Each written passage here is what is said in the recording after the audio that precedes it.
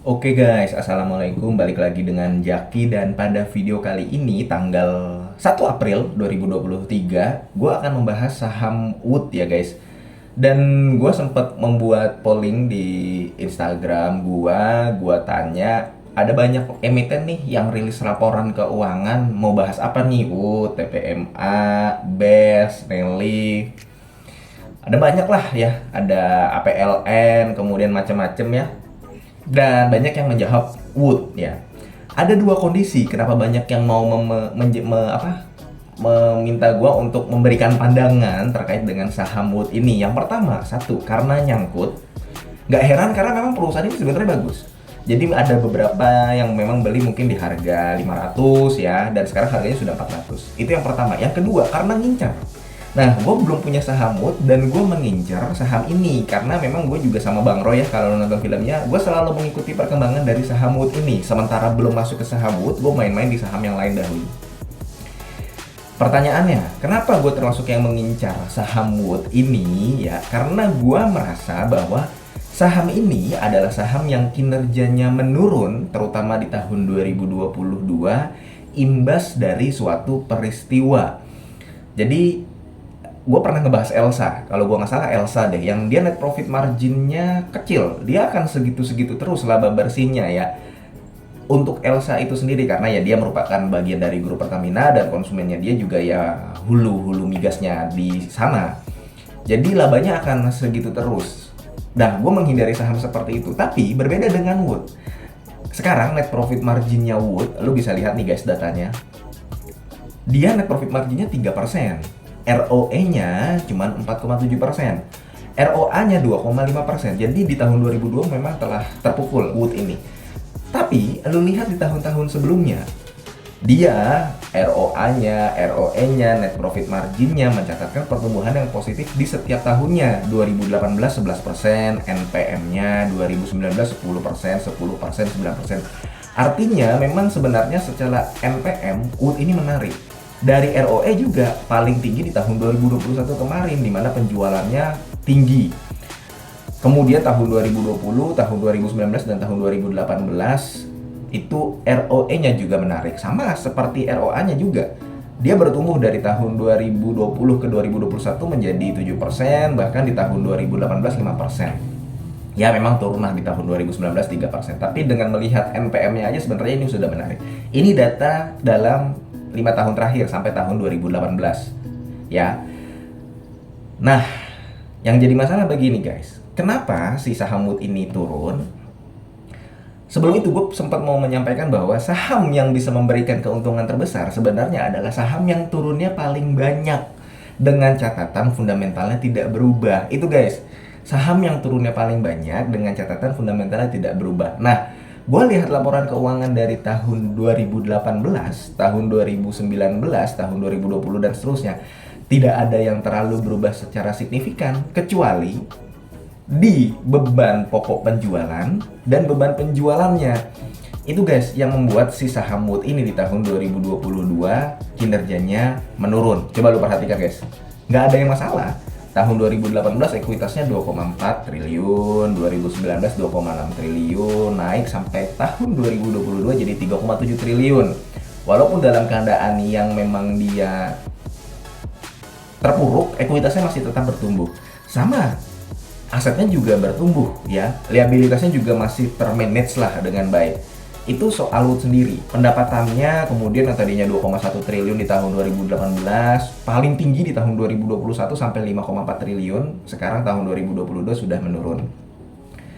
Nah, itu data-data yang sudah gua sajikan. Lantas, kenapa di tahun 2022 Wood ini turun? Nah, perhatikan guys, Wood ini adalah perusahaan kayu dan turunannya ya, kayak komponen building, kemudian dia punya kayu diolah, furnitur, dan dia memang penjualan yang cukup besar adalah ke US sana. Jadi sedikit banyak penjualan dari Wood ini terpengaruh dari kondisi yang ada di US sana. Selain itu guys, Wood karena dia kan harus beli bahan baku, kemudian kayunya diolah ya, dia juga memiliki beban pokok penjualan yang besar. Karena pendapatannya besar, otomatis dong beban pokok penjualannya besar. Nah, Celakanya sejak tahun 2021 beban penjualannya juga besar. Beban penjualan itu apa saja? Beban penjualan bisa seperti kurir, ekspor, komisi, ongkos angkut, promosi dan sebagainya. Dan yang meningkat paling signifikan adalah, lu perhatikan guys, di tahun 2020, di tahun 2019, kurir sama ekspornya itu paling hanya 100 miliar saja. Tapi di tahun 2021 dan di tahun 2022 guys, untuk ekspor kurirnya itu meningkatnya cukup tajam, yang totalnya menjadi 800 miliar. Ini yang membuat kinerjanya si Wood ini jadi terpuruk. Kalau lu perhatikan, makanya perusahaan-perusahaan pelayaran untungnya gede-gede kan. Di tahun 2021, tahun 2022, ngangkat kayu itu kan nggak bisa pakai pesawat, dia harus pakai kapal. Dan perusahaan-perusahaan yang pengiriman ya, ekspor, ya untungnya besar. Imbasnya si Wood ini terkena imbasnya juga. Imbasnya si Wood ini ya kinerjanya jadi menurun karena kenaikan biaya ekspor dan kurir itu. Itu yang membuat si Wood turun.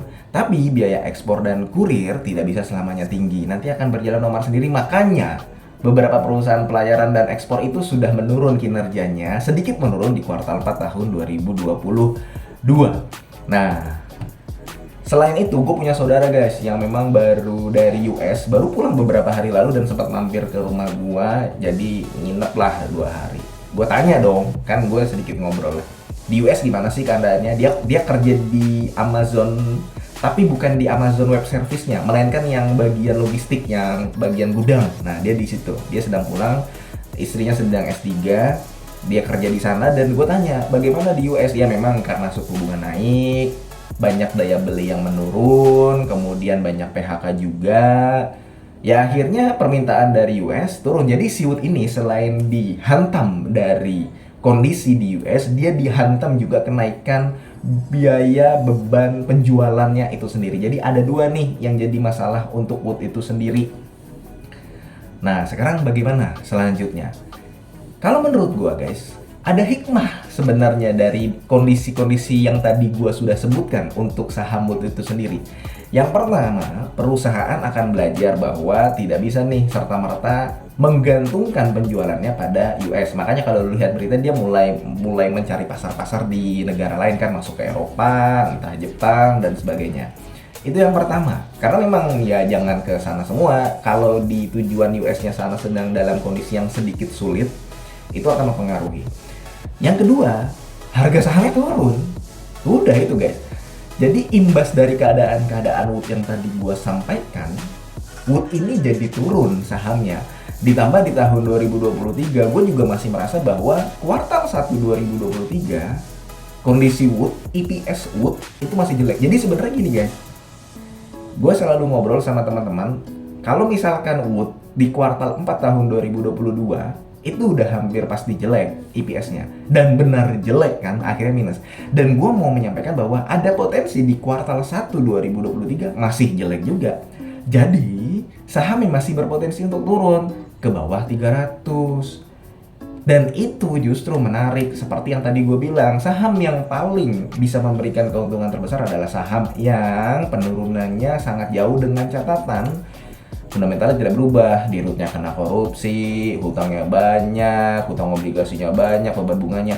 Kalau Wood gimana sih? Ya beban hutang jangka pendeknya memang adalah dia 1,5 triliun, tapi persediaannya juga dia banyak. Kemudian jangka pendeknya yang memang harus dibayarkan jatuh tempo tahun 2023 ini terjadi juga di tahun sebelumnya, di tahun 2022, 2021, 2020 sampai 2018. Hutang jangka pendeknya di situ-situ 1,4 triliun, 1,5 triliun. Jadi sebenarnya dalam proses manajemen hutang dan liabilitas sebenarnya tidak ada masalah.